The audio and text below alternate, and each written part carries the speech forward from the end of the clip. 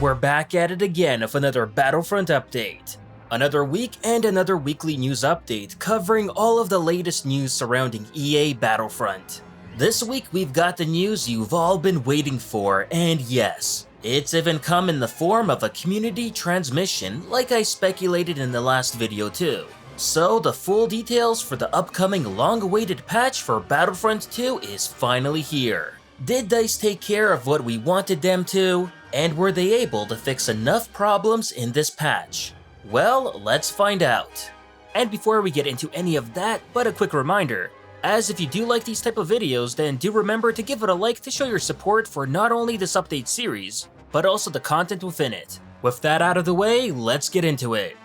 Last week we got news of a leaked patch for Battlefront 2 that made it through Steam and was then shortly taken off. However, data miners were still quickly able to get the contents of it. And while it wasn't a large patch by any means, it did contain some much needed fixes for the game. However, I did speculate that because of the size of the leaked patch itself, that it was most likely DICE weren't yet finished with it and we may see more in a finalized patch. And so it turns out that it was exactly the case. Well, kind of. As today, former community manager Ben Walk and not Jay Ingram or Andrew Johnson, who are the two current community managers, okay, weird, but let's keep going, announced a new patch with a community transmission which read as the following. Hello there, we have a small patch for Star Wars Battlefront 2 arriving this Wednesday. The focus on this patch is a small number of fixes for several issues that are affecting heroes. Most notably of which is the issue of where it was possible to build up Darth Vader's damage reduction traits. A fix has been implemented which will stop General Grievous's Claw Rush ability hitting more than expected within a short space of time. We have also fixed an issue that would cause Darth Maul to become unable to block after performing a spin attack. Stay safe, be excellent to each other, and we'll see you on the battlefront. Also, 2 out of the 3 other changes that were included in the release notes but not mentioned by Ben were fixes for Boba Fett. The first fix is where the wrong FX would play around Boba Fett's jetpack while he ragdolled, and the second is an issue where Boba's jetpack icon would not be grayed out while his abilities are blocked. And lastly, of course, DICE also updated the in-game EA Access and Origin Access logos with EA Play logos.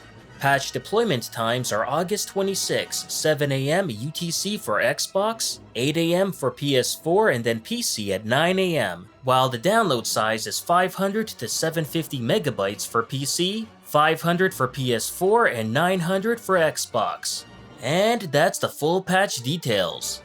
So, unfortunately, no star card loadouts added in here, even though I did think there was a very realistic possibility for them to be included in this patch. Mainly because, like I said in my last video, the star card loadout system is 95% done, and already in the game, but just hidden away from the player. And it's still incredibly easy to unlock and use on PC, even in multiplayer games, so it goes without saying that was my main disappointment with this patch.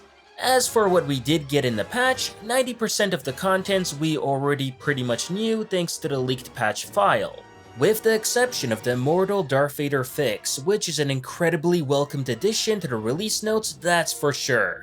All in all, this is a solid small patch set to release tomorrow, and yes, DICE could have put a tad bit more effort into it, and actually unlock star card loadouts for all platforms, balance out OT supremacy, fix Anakin, and a bunch of other things that could have honestly gone a long way for the quality of life in the game. And while they did just do the bare minimum here, we do have to give credit where credit is due, because this small patch is still nonetheless greatly appreciated and will still help a lot. Now, hero designer Guillaume Raz actually did make a comment on why there was less bug fixes in this patch than originally anticipated, especially when one person over on Twitter sent him a whole list of bugs still present in the game which most folks were expecting to be fixed in this patch. And along with this, they also asked if there would be another patch coming to fix any of these later on. Guillaume responded to this by saying, "Sorry, not to my knowledge. Changes had to be critical and safe." So there we go. DICE wanted first and foremost to take care of the largest and most common bugs hurting the player experience than anything else, as well making sure that these fixes wouldn't cause any more bugs later on. Not only that, but according to Guillaume, this is potentially the last patch DICE will ever do for Battlefront 2. Now, granted, Guillaume wasn't on the tiny team left to work on patches for Battlefront 2, and merely pulled in to help fix these hero issues, because he is of course the hero designer who created these heroes and these bugs in the first place.